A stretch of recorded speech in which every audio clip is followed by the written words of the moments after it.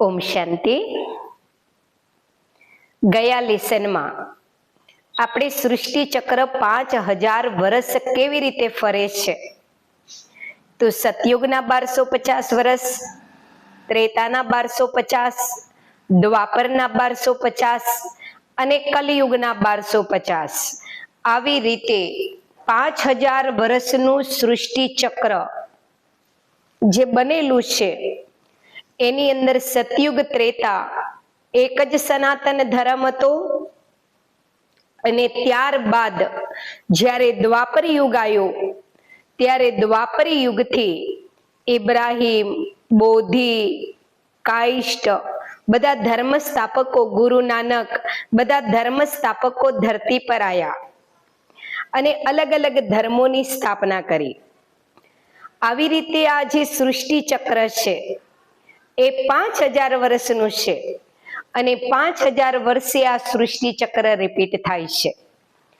એની ઉપર આપણું પૂરું લેસન હતું. હવે આજનું જે આપણું ચિત્ર છે એ મનુષ્ય 84 જન્મ કેવી રીતે લે છે એની ઉપરનું ચિત્ર છે.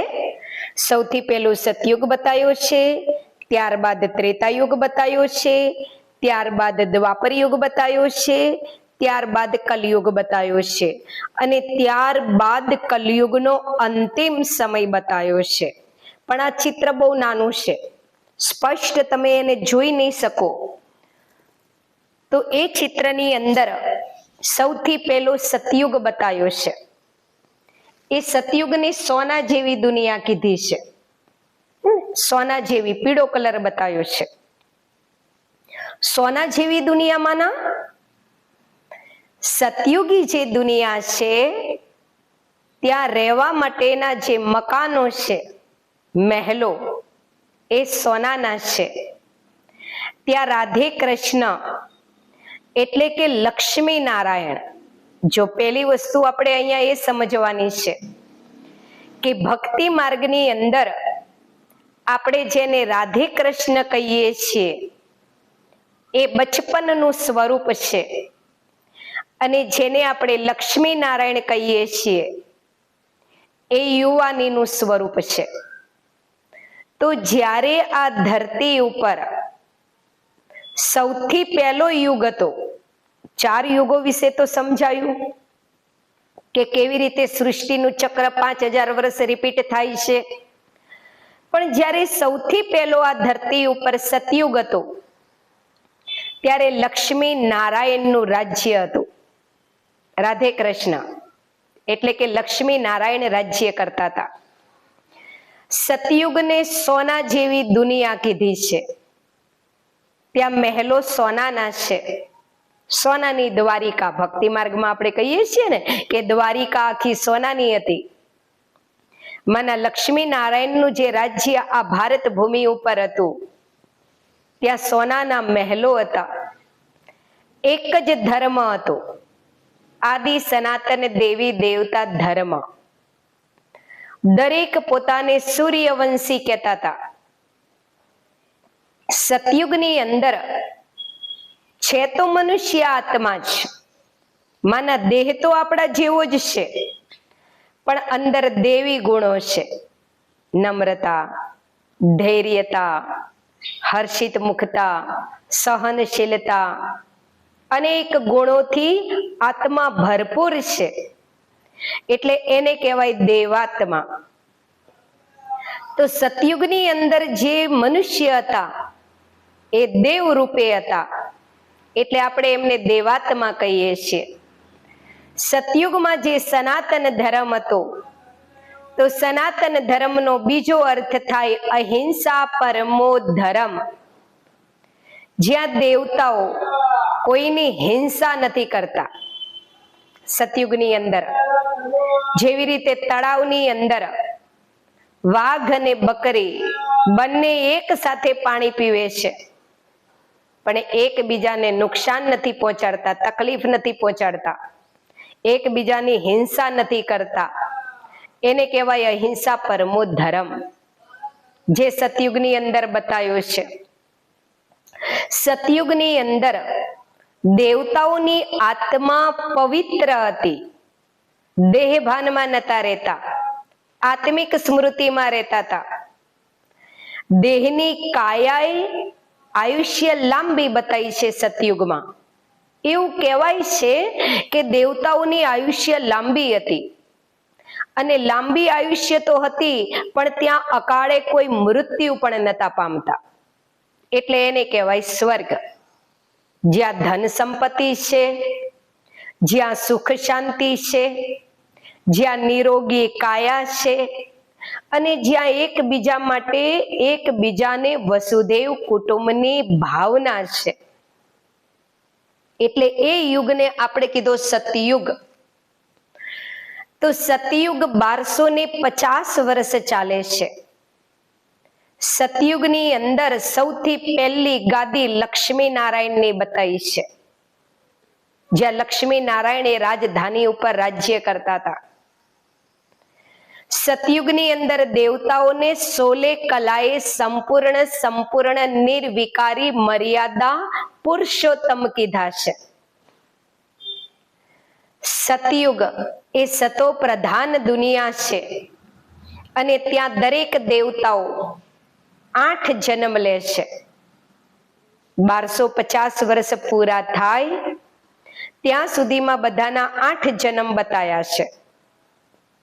હવે જેવા 8 જન્મ પૂરા થાય, સતયુગના 1250 વર્ષ પૂરા થાય એટલે ધરતી ઉપર યુગ પરિવર્તન થાય છે, અને સતયુગ બાદ ધરતી ઉપર ત્રેતા યુગ આવે છે. ત્રેતા યુગની અંદર રામ સીતાનું રાજ્ય બતાવ્યું છે. જેમ સતયુગમાં બતાવ્યું ને લક્ષ્મી નારાયણનું રાજ્ય, એમ ત્રેતામાં રામ સીતાનું રાજ્ય બતાવ્યું છે. જે ભગવાન શ્રી કૃષ્ણની આત્મા આપણે કહીએ છીએ, એ જ ત્રેતા યુગમાં રામ બને છે, અને જે મહારાણી લક્ષ્મીજીની આત્મા આપણે કહીએ છીએ, એ જ ત્રેતા યુગની અંદર સીતાજી બને છે. ત્રેતા યુગની અંદર જે રામ સીતા છે એ પણ રાજા રાની છે. એ ત્રેતા યુગના રાજા છે રામ, અને શ્રી કૃષ્ણ એ સતયુગના રાજા છે. સતયુગની અંદર 16 કલાએ સંપૂર્ણ નિર્વિકારી હતા. એટલા માટે આપણે એમને સૂર્ય વંશી તો કહીએ છીએ. એ યુગને આપણે સતો પ્રધાને કહીએ છીએ, અને મહારાજા મહારાણીનું ટાઇટલ આપીએ છીએ. પણ જ્યારે ત્રેતા યુગ આવે તો ત્રેતા યુગે છે તો 1250 વર્ષનો, પણ ત્રેતા યુગને સતો પ્રધાન દુનિયા નથી કહેવાતી. ત્રેતા યુગને સતો દુનિયા કહેવાય છે, પ્રધાનતા નીકળી જાય છે. ત્રેતા યુગમાં જે રામજી ને સીતાજી છે એમને મહારાજા મહારાણી નથી કહેવાતા, રામને રાજા અને સીતાજીને રાણી કહીએ છીએ આપણે. માના મહારાજા પદ પણ નીકળી જાય છે. ત્રેતા યુગની અંદર દેવી દેવતાઓ જે બતાયા છે એમની 14 કલા બતાવી છે. સતયુગમાં 16 કલા હતી, પણ ત્રેતામાં આયા 2 કલા ઘટી ગઈ, 14 કલા બની ગઈ. જે સતયુગમાં સૂર્યવંશી તરીકે ગણાતા હતા દેવતાઓ, એ જ દેવતાઓ ત્રેતામાં પહોંચ્યા જન્મ લેતા લેતા તો પોતાને ચંદ્રવંશી કહેવા લાગ્યા. આપણે ભક્તિમાં શું કહીએ છીએ? રામચંદ્ર ભગવાન કી જય બોલીએ છીએ ને. તો રામજીને આપણે ચંદ્રવંશી બતાયા છે. ચંદ્રવંશી એટલે ક્ષત્રિય, અને સૂર્યવંશી એટલે દેવતા. તો સતયુગમાં સૂર્યવંશી હતા, પણ ત્રેતા યુગમાં ચંદ્રવંશી બન્યા. સતયુગની અંદર જ્યારે લક્ષ્મી નારાયણનું રાજ્ય હતું ત્યારે 9 લાખ દેવતાઓ રાજ્ય કરતા હતા. હવે એ બધી આત્માઓ ક્યાંથી આવી હતી? પરમધામથી સ્વર્ગમાં આવી હતી. ત્યારબાદ જ્યારે ત્રેતાયુગ આવ્યો ત્યારે પરમધામથી આત્માઓ ત્રેતાયુગમાં આવે છે અને સતયુગની આત્માઓ પણ જન્મ લેતા લેતા ત્રેતામાં આવે છે. માના ત્રેતાયુગની અંત સુધી 33 કરોડ દેવી દેવતાઓ હોય છે. ભક્તિમાં 33 કરોડ દેવી દેવતાઓનું ગાયન છે. તો ત્રેતાયુગમાં 2 કલાઈ ઓછી થઈ જાય છે, પ્રધાનતાય નીકળી જાય છે. અને એટલું જ નહીં, પણ જે સતયુગના દેવતાઓની આયુષ્ય લાંબી હતી, અકાળે કોઈ દિવસ મૃત્યુ નતા પામતા, પણ ત્રેતાયુગમાં પહોંચે છે તો થોડી આયુષ્ય સતયુગ કરતા ઓછી થઈ જાય છે. જેમ કલા ઓછી થઈ જાય છે એમ આયુષ્ય પણ ઓછી થઈ જાય છે. સતયુગ પૂરો થતા જે દેવાત્માઓએ 8 જન્મ લીધા હતા, ત્રેતાયુગના 1250 વર્ષ પૂરા થતા એ જ દેવતાઓ 12 જન્મ લે છે. ત્રેતાયુગ 1250 વર્ષ પૂરા થાય ત્યાં સુધીમાં 12 રાજગાદી બદલાય છે. સૌથી પહેલી ગાદી લક્ષ્મી નારાયણની હતી. 8 વર્ષ 8 જન્મ રાજ્ય કર્યું, ત્યારબાદ 9મી ગાદી, રામનવમી કહીએ છીએ ને, 9મા રાજા એ શ્રી રામજી છે. આ 2 યુગો એવા છે જ્યાં એક જ સનાતન ધર્મ હતો. એના હિસાબે બધી આત્માઓ સુખી હતી. વસુદેવ કુટુંબની ભાવના હતી. એકબીજાને એકબીજા માટે પ્યાર હતો. તો જેમ સતયુગને આપણે સ્વર્ગ કીધું, એમ ત્રેતાયુગ માટે પણ ગાયન છે, રામ રાજા ને પ્રજા સુખી. માના ત્રેતાયુગમાં જેટલા રાજા સુખી છે એટલી જ પ્રજા પણ સુખી બતાવી છે. તો ત્રેતાયુગ પણ સુંદર દુનિયા બતાવી છે. ત્યાંય કોઈ કોઈની કોઈ હિંસા નથી કરતું. અહિંસા પરમો ધર્મની વૃત્તિ ધરાવવા વાળી આત્મા છે. આ 2 યુગો સુધી એક જ ધર્મ ચાલે છે, આદિ સનાતન દેવી દેવતા ધર્મ. જ્યારે 2 યુગો પૂરા થાય છે એટલે ફરી પાછું યુગ પરિવર્તન થાય છે, અને ફરી યુગ પરિવર્તન થાય છે એટલે ધરતી પર દ્વાપર યુગ આવે છે. હવે દ્વાપર યુગે ચાલે તો 1250 વર્ષ, પણ હવે દ્વાપરમાં આપણે ચંદ્રવંશી નથી કહેવાતા, જે ત્રેતામાં કહેવાતા હતા. દ્વાપરમાં જન્મ લેતા લેતા આયા તો દ્વાપરની અંદર વૈશ્યવંશી કહેવાવા લાગ્યા. સતયુગમાં જે સતો પ્રધાન હતા સૂર્યવંશી, એ ત્રેતામાં પહોંચ્યા તો ચંદ્રવંશી બની ગયા, સતો બની ગયા. અને એ જ આત્માઓ જન્મ લેતા લેતા દ્વાપરમાં પહોંચી તો દ્વાપરની અંદર રજો પ્રધાન આત્મા બની ગઈ, જેને વૈશ્ય વર્ણ કહેવાય. દ્વાપરની અંદર મનુષ્યની આયુષ્ય ઓર થોડી ઓછી થઈ જાય છે. દ્વાપર યુગના 1250 વર્ષ ચાલે ત્યાં સુધીમાં મનુષ્ય 21 જન્મ લે છે. પણ દ્વાપર યુગે સુખી દુનિયા બતાવી છે. એટલા બધા ત્યાં વિકારો, ભ્રષ્ટાચાર, અશાંતિ નથી. પણ સતયુગ અને ત્રેતાયુગને તો સ્વર્ગ કહેવાય છે, જ્યારે દ્વાપર યુગને આપણે સ્વર્ગ નથી કહેતા. કેમ નથી કહેતા? કારણ કે જેવી આત્મા જન્મ લેતા લેતા દ્વાપરમાં આવી તો શ્રીમદ ભગવત ગીતામાં કીધું છે કે જે સતયુગી ત્રેતાયુગી દેવી દેવતાઓ છે એ દ્વાપરની અંદર વામ માર્ગમાં ગયા. તો વામ માર્ગમાં જવું એટલે દેહભાનમાં આવવું. જ્યારે આપણે દેહભાનમાં આવીએ છીએ તો આપણી આત્માની જે પવિત્રતા છે એ ઘટવા લાગે છે. સતયુગની અંદર આપણે આત્મિક સ્મૃતિમાં રહેતા હતા એટલે આપણી પવિત્રતા વધારે હતી. દેહભાનમાં આયા તો પવિત્રતા ઓછી થતી ગઈ. દ્વાપર યુગમાં દેવતાઓ વામ માર્ગમાં ગયા એનો બીજો અર્થ એવો થાય દેહભાનમાં આયા. દેહભાનમાં આયા એટલે પવિત્રતા ઓછી થઈ અને આત્મા થોડો થોડો દુઃખનો અનુભવ કરવા લાગી દ્વાપરમાં.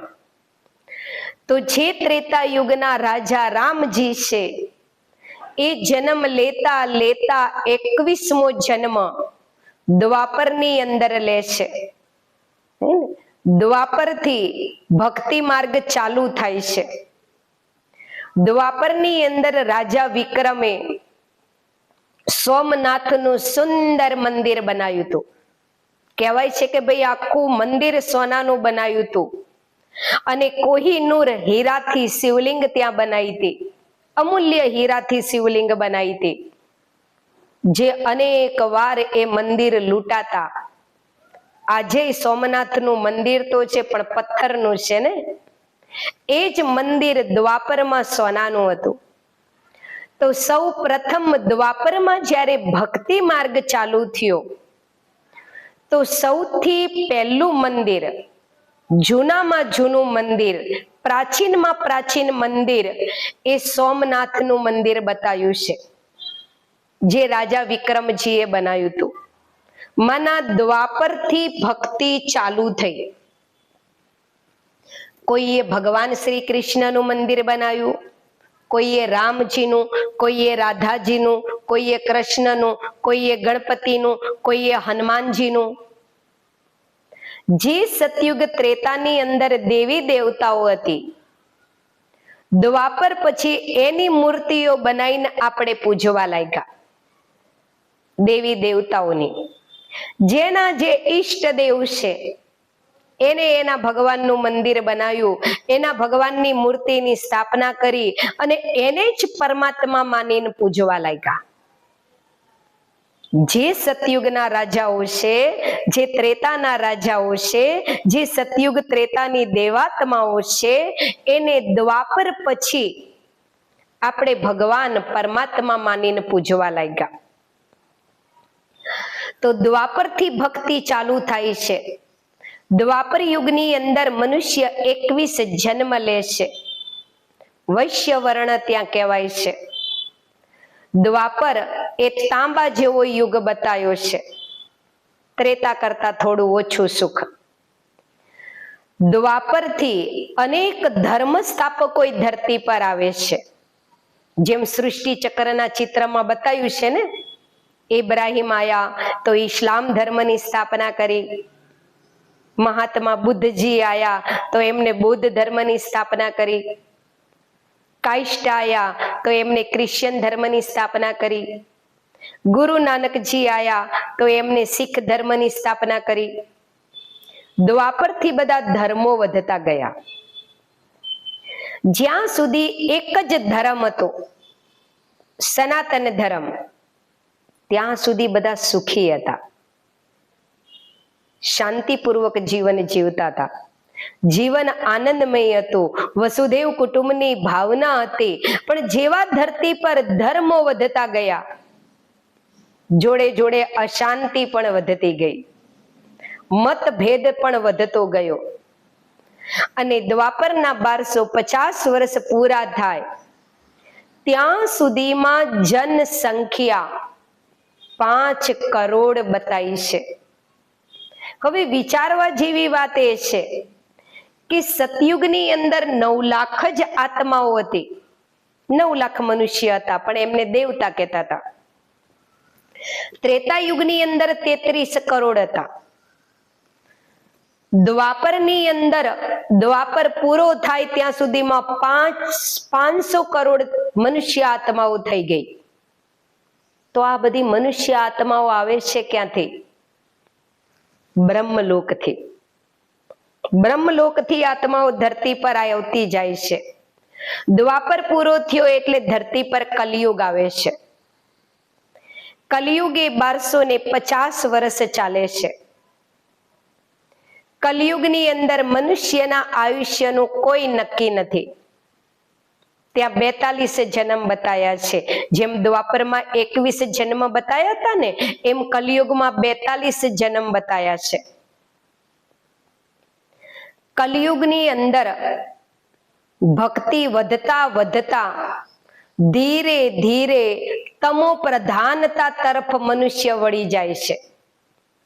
કામ, ક્રોધ, લોભ, મોહ, અહંકાર વિકારોને વશ આત્મા બની જાય છે. દ્વાપરની શરૂઆતમાં તો ખાલી દેહભાનમાં આત્મા આવી હતી, તોય આત્માની ક્રેડિટ થોડી ઓછી થઈ ગઈ. તો વિચારો, કલયુગની અંદર તો વિકારી બની ગઈ આત્મા. આત્માની અંદરથી જે દેવત્વ હતું એ ધીરે ધીરે ખતમ થતા થતા જ્યારે આત્મા કલયુગમાં પહોંચે છે ત્યાં સુધી આત્મા તમો પ્રધાન બની જાય છે.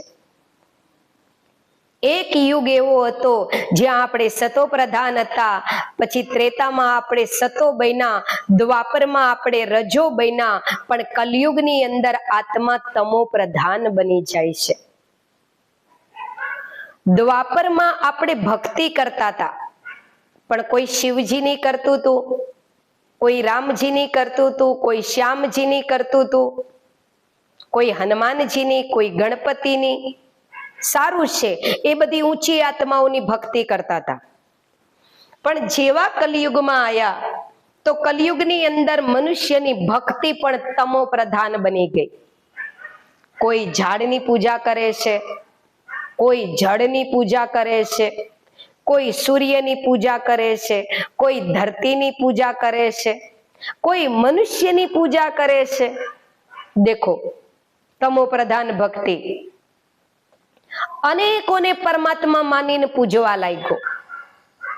દ્વાપરના 1200 કલિયુગના 1250 વર્ષ પૂરા થાય ત્યાં સુધીમાં આત્મા સંપૂર્ણ વિકારીને પતિત તમો પ્રધાન બની જાય છે. અને એના હિસાબે આત્મા દુખી થઈ જાય છે. કલિયુગના અંતમાં ભ્રષ્ટાચાર પણ વધી જાય છે, પાપ અશાંતિ પણ વધી જાય છે, દુઃખ દર્દ પણ વધી જાય છે. અને જ્યારે અતિ પાપ, અતિ દુઃખ, અતિ અશાંતિથી મનુષ્ય દુખી થઈ જાય છે અને મંદિરોમાં જઈને કહે છે કે હે દુઃખ હરતા, સુખ કરતા, તમે આવો અને અમારી આત્માને આ દુઃખમાંથી મુક્ત કરો. તો શ્રીમદ ભગવત ગીતામાં આપેલા વચન અનુસાર જ્યારે ચારેય યુગોનું ચક્ર પૂરું થાય છે અને કલિયુગનો પણ જ્યારે અંતિમ સમય ધરતી પર આવી જાય છે, ત્યારે કલિયુગના અંતિમ સમય પર પરમાત્મા શિવ ધરતી પર અવતરણ કરે છે. એને કહેવાય 5મો યુગ, સંગમ યુગ. કલિયુગના અંતમાં જ્યારે પરમાત્મા શિવ ધરતી પર અવતરણ કરે છે અને આઈને આપણને ગીતા જ્ઞાન આપે છે. કલિયુગના અંતિમ સમયમાં અલગ અલગ પ્રાકૃતિક આપદાઓ બતાવી છે. અહીંયા આપણે જોઈએ કે મોટા મોટા બોમ્બ, મિસાઇલ્સ દ્વારા ઘણી આત્માઓ શરીર છોડે છે. અહીંયા ધર્મ યુદ્ધ બતાવ્યું છે કે ધર્મ વચ્ચે યુદ્ધ થાય છે. અહીંયા અતિ જળના હિસાબે આત્માઓ જળમાં ડૂબતી બતાવી છે. આ કલિયુગનો અંતિમ સમયનો સીન બતાવ્યો છે. તો જ્યારે કલિયુગના 1250 વર્ષ પૂરા થાય છે અને જ્યારે સૃષ્ટિ પરિવર્તનનો સમય થઈ જાય, ધરતી પર સતયુગ આવવાનો સમય થાય છે, એ પહેલા કલિયુગના અંતમાં સ્વયં પરમાત્મા શિવ ધરતી પર અવતરણ કરે છે અને એક સાધારણ મનુષ્યના તનનો આધાર લઈ અને આપણને ગીતા જ્ઞાન આપે છે.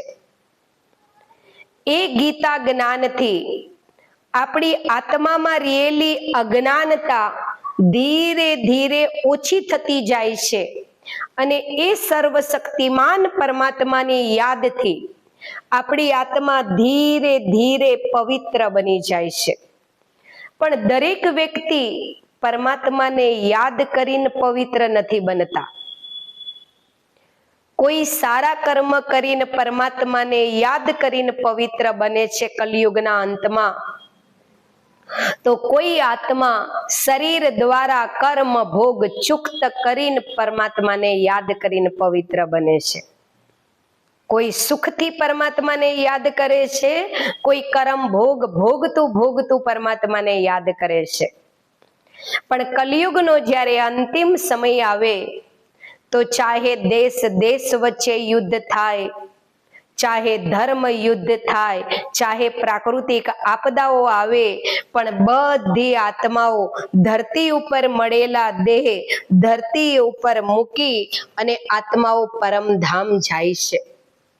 કારણ કે પરમધામથી આત્મા સતયુગમાં આવી હતી, કોઈ ત્રેતામાં આવ્યું હતું, કોઈ દ્વાપરમાં આવ્યું હતું અને કોઈ કલિયુગમાં આવ્યું હતું. બધા પરમધામથી આપણે આ ચક્રમાં આવ્યા હતા. અને જ્યારે ચક્ર ફરતા ફરતા ફરતા આપણો લાસ્ટ અંતિમ સમય આવે છે, અત્યારે હાલમાં અંતિમ સમય ચાલી રહ્યો છે, સૃષ્ટિ પરિવર્તનનો સમય ચાલી રહ્યો છે. ક્યારે યુગ પરિવર્તન થઈ જશે, સૃષ્ટિ પરિવર્તન થઈ જશે, ખબર નહીં પડે. સતયુગ એ દેવતાઈ દુનિયા બતાવી છે, લક્ષ્મી નારાયણનું રાજ્ય. ત્યાં આપણે 8 જન્મ લીધા. 8 જન્મ બાદ જ્યારે એ જ દેવતાઓ ત્રેતામાં આવ્યા તો રામા અવતાર બતાવ્યો છે. ત્રેતામાં 12 જન્મ લીધા. એ જ બધી આત્માઓ જે સતયુગમાં હતી, એ ત્રેતામાં હતી, એ બધી જન્મ લેતા લેતા દ્વાપરમાં આવે છે. અને પરમધામમાં બેઠેલી આત્માઓ પણ ધરતી ઉપર આવતી જાય છે. તો 33 કરોડમાંથી 500 કરોડ આત્માઓ ત્રેતામાં થઈ, દ્વાપરમાં થઈ ગઈ. દ્વાપરમાં આપણે 21 જન્મ લીધા. અને એ જ બધી મનુષ્ય આત્માઓ જે સતયુગમાં 8 લાખ 9 લાખ હતા, ત્રેતામાં 33 કરોડ હતા, દ્વાપરમાં 500 કરોડ હતા, એ બધી આત્માઓ ધરતી પર આવે છે. અને સતયુગના 8 જન્મ, ત્રેતાના 12 જન્મ, દ્વાપરના 21 જન્મ લેતા લેતા કલિયુગમાં આવે છે. અને કલિયુગની અંદર 42 જન્મ લે છે. આવી રીતે મનુષ્ય પૂરેપૂરા 84 જન્મ લે છે. પણ આ ચિત્ર ઉપર આપણે એ સમજવાનું છે કે જેવી રીતે અત્યારે વર્તમાન સમય ધરતી ઉપર 800 કરોડ મનુષ્ય આત્માઓ છે. બધી સ્વર્ગમાં નથી. એનો મતલબ બધાના 84 જન્મ નથી. જે ભગવાન શ્રી કૃષ્ણનું રાજ્ય હતું, જ્યારે આપણો એક જ ભારત પ્રાચીન દેશ હતો, જ્યારે સોનાની દ્વારિકા ધરા ઉપર હતી વૈકુંઠ, એ સમયે જે આત્માઓએ જન્મ લીધો તો ભગવાન શ્રી કૃષ્ણની સાથે, એના 84 જન્મ બતાયા છે. બાકી જો ત્રેતામાં જન્મ લીધો રામજીના રાજ્યમાં, તો પછી 8 જન્મ તો ઓછા થઈ જાય. માની લો કે પુણ્યની પૂંજી બહુ જમા નથી, એટલે સતયુગ ત્રેતામાં જન્મ ન મળ્યો, દ્વાપરમાં મળ્યો, તો 84 જન્મ ન થાય. 84માં આપણા 20 જન્મ ઓછા થઈ જાય છે. સતયુગના 8 ને ત્રેતાના 12, તો 84 જન્મ આપણે નથી લેતા, 63 જન્મ આપણે લઈએ છીએ. પણ ઘણી આત્માઓ એવી છે જે રજો પ્રધાન નથી, એટલે પરમધામથી દ્વાપરમાં નથી આવી. દ્વાપર યુગે પૂરો થયો પછી પરમધામથી કલિયુગમાં આવી છે.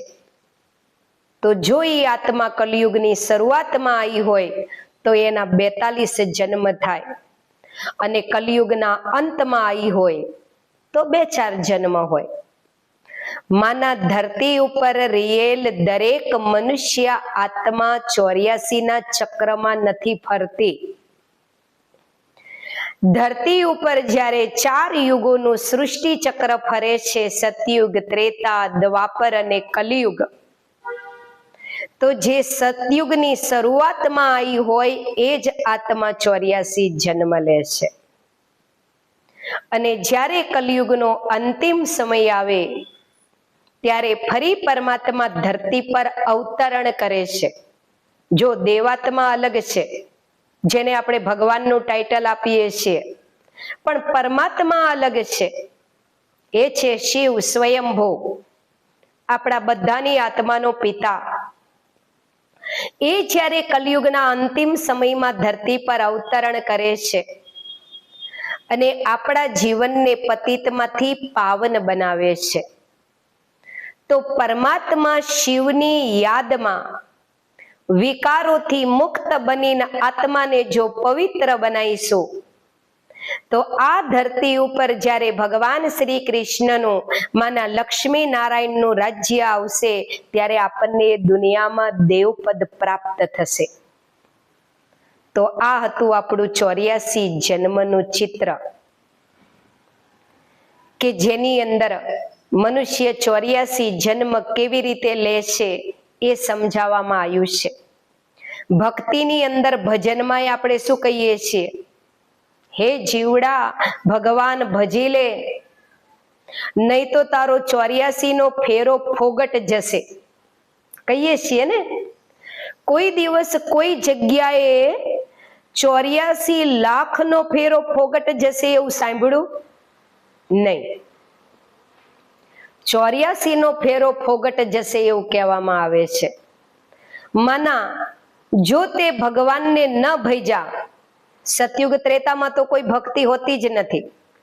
ભક્તિ દ્વાપરથી ચાલુ થઈ, પણ દ્વાપરના 21 જન્મ જો પરમાત્માને ન ભજ્યા, કલયુગના 40-41 જન્મ જો ભગવાનને ન ભજ્યા, તો કમસે કમ આ તારો જે છેલ્લો જન્મ છે એ છેલ્લો જન્મ પરમાત્માને યાદ કરી લે, તોય તારો 84 નો ફેરો સફળ થઈ જશે. માના અત્યાર સુધી આપણે ઈશ્વરને યાદ કર્યા છે કે નથી કર્યા? પણ હવે જ્યારે બ્રહ્માકુમારી સંસ્થાના સંપર્કમાં આવ્યા પછી આપણને આપણી આત્માની પહેચાન મળી, પરમાત્માની પહેચાન મળી, અને બીજું કયું આપણને જ્ઞાન મળ્યું કે આપણે કોઈ 84 લાખ જન્મ લેતા નથી, 84 ના ચક્રમાં ફરીએ છીએ, 84 જન્મ લઈએ છીએ. આ નોલેજ મળ્યા પછી કમસે કમ આ લાસ્ટ જન્મ, આ છેલ્લો જન્મ પરમાત્માની શ્રીમત ઉપર જો જીવીશું, તો આપણા 84 નો ફેરો સફળ થઈ જશે. તો આ 84 જન્મના ચિત્ર ઉપર અમે તમને સમજાયું. હવે પછી આપણે જે વિષય ઉપર સમજીશું, એ વિષય આપણો એ છે કે મનુષ્ય 84 લાખ યોનિઓમાં ફરે છે કે પછી એક જ યોનિમાં મનુષ્ય જન્મ લે છે? માની લો કે મનુષ્ય યોનિ છે, તો મનુષ્ય જ બને છે કે પછી પશુ, પક્ષી, જીવ, જંતુ પણ બને છે? બહુ સુંદર જ્ઞાન છે. હવે પછીના લેસનમાં મનુષ્ય 84 લાખ જન્મ લે છે કે મનુષ્ય જ બને છે, એની ઉપર સમજાવવામાં આવશે. થોડું સમજવાનો પ્રયત્ન કરશો તો અવશ્ય સમજવા આવશે. કારણ કે બ્રહ્માકુમારી સંસ્થામાં આપણને જે જ્ઞાન આપવામાં આવે છે, એ કોઈ પણ શાસ્ત્ર, વેદ, પુરાણમાં નથી લખેલું. એટલા માટે નથી લખેલું કે આ જ્ઞાન સ્વયં પરમાત્મા એક સાધારણ મનુષ્યના તનમાં અવતરણ કરીને આપણને આપે છે. માના આ જ્ઞાન સ્વયં પરમાત્માનું આપેલું છે, તો પછી શાસ્ત્ર કરતા તો થોડું અલગ જ હશે. પણ આપણે આપણી મતિ અનુસાર, આપણી બુદ્ધિ અનુસાર જો સમજવાનો પ્રયત્ન કરીશું, તો અવશ્ય સમજમાં આવશે. ઓમ શાંતિ.